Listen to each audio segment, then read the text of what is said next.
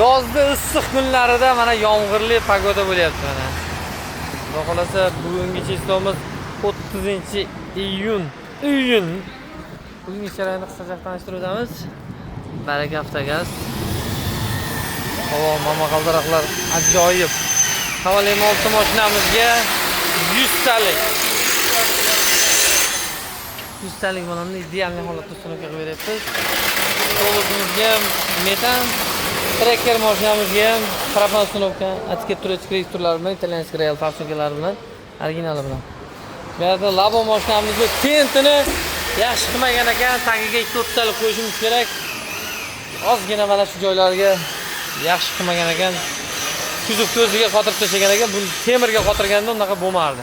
Hozir yechib buni ham ishini bitirib beramiz, xudo xolasa.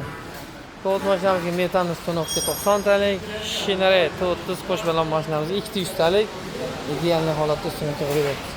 Kobaltimiz oldiga stak original miya, 01 original farsunka, adax kreditlar bilan bunga ham xuddi shu komplet bu trekkerimizga 330 talik original zapchastlar bilan bunga ham 01 original farsunka, stak original, adax kreditlar bilan panda variatorlar bilan akkuratni holda ustunovkasini boshlaymiz.